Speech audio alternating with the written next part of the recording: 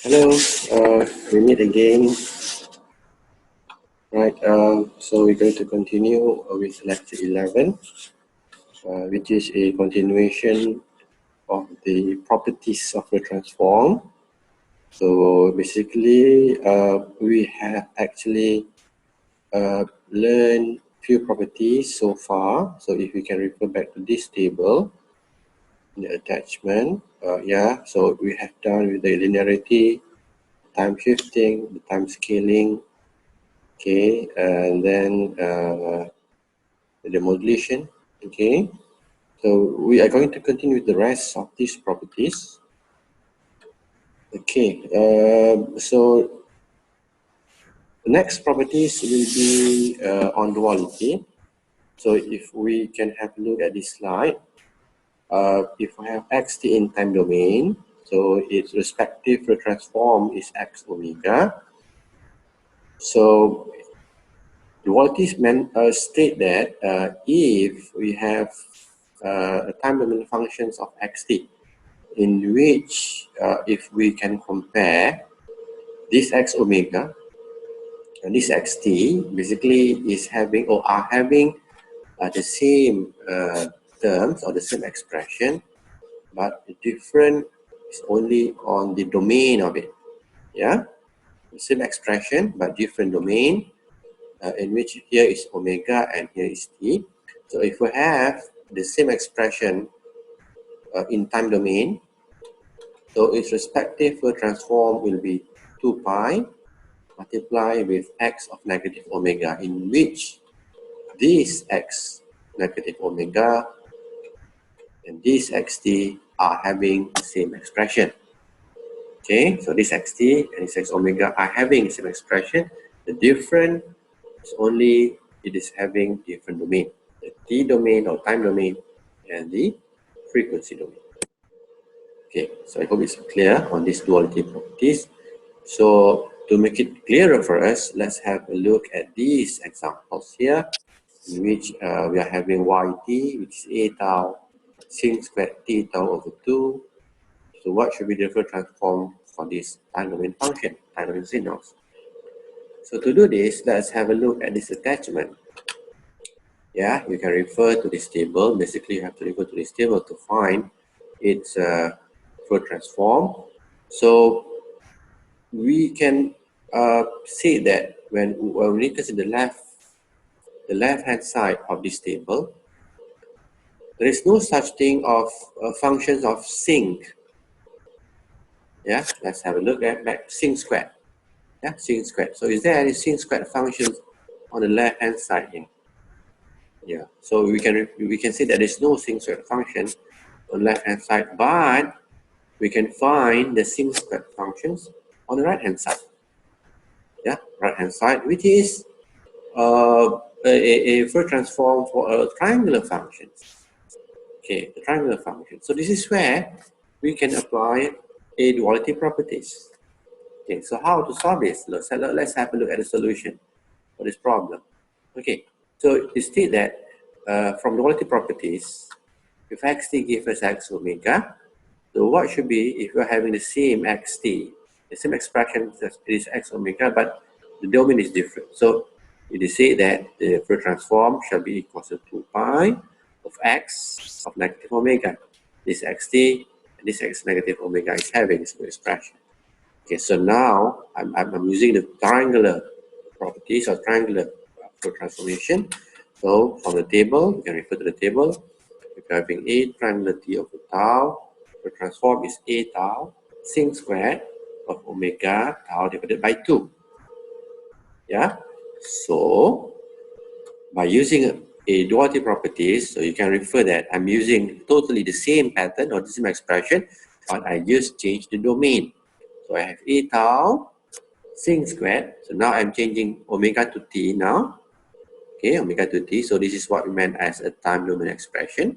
So tau and 2 is still there. So its respective transform should be simply equal to 2 pi multiplied with a triangular. So now I'm changing t to negative omega. Yeah, so negative omega divided by tau. Right. It's clear, yeah? So it's 2 pi a triangular negative omega divided by tau. So this is the duality properties. Okay, so we have a triangular negative omega over tau, and since we know that triangular function is an even function, so we can simply ignore the negative sign. So I hope that you understand why we can ignore negative sign. So we can simply write the answer to be simply 2 pi a triangular omega over tau. Okay, right. So this is how the duality properties is used, yeah, in solving the transformation of a signals. Okay, so let's have a look at these examples now. We are having a signals of xt, the Fourier transform is given by x omega for pi between 2 and negative 2 and 0 elsewhere.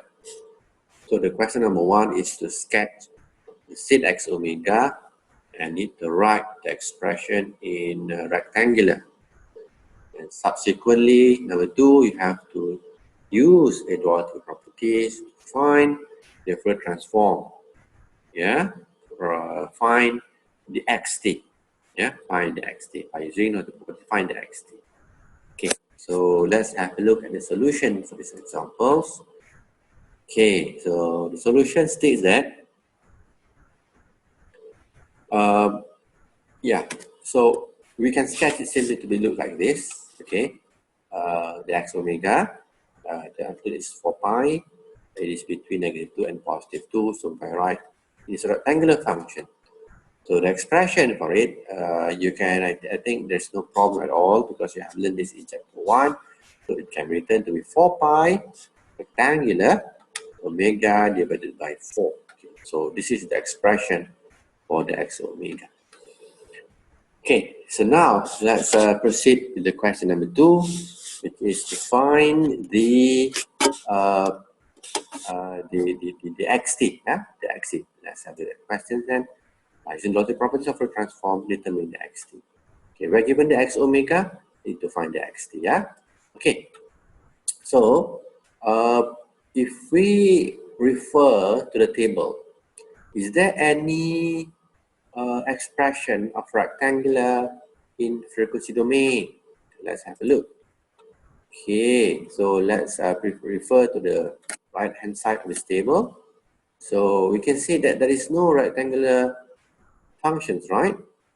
For Fourier transformation, yeah, there is no rectangular functions on the Fourier transformation, but your x omega,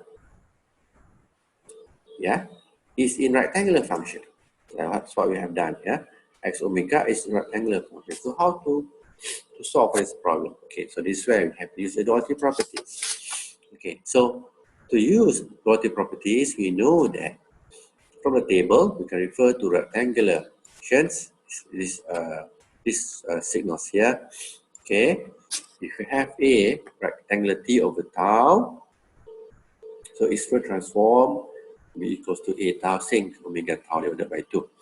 Okay, so by using a duality properties, we see that if we have a tau sin, so I just change omega to t, tau over 2.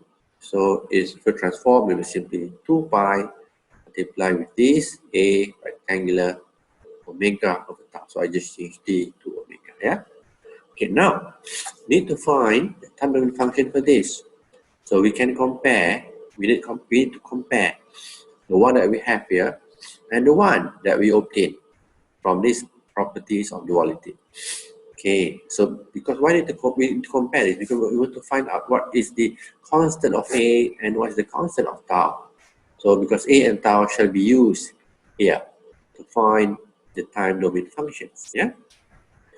So when you compare this expression and this expression, so this is the comparison value. So 2 pi a should be equals to 4. Okay, and based on this, you can see that a equals to 2. Yeah, we compare with this. Yeah, and then we compare tau. So tau should be equals to 4. So based on this, we simply substitute this value of a and tau into these terms here. So we have 2 times 4 sinc function t. So tau shall be equals to 4 divided by 2. So we have the answer in time domain, mean the time domain expression for this x omega, yeah, should be 8 sinc of 2. Okay, so I hope it is clear on these issues of duality properties. Okay, so I'm going to stop here for you to understand further on these duality properties. So we're going to continue in part 2 of this lecture for more properties. Yeah. Okay. Uh, okay. Thank you very much. Hope to see you again in the next part. That's it. Thank you.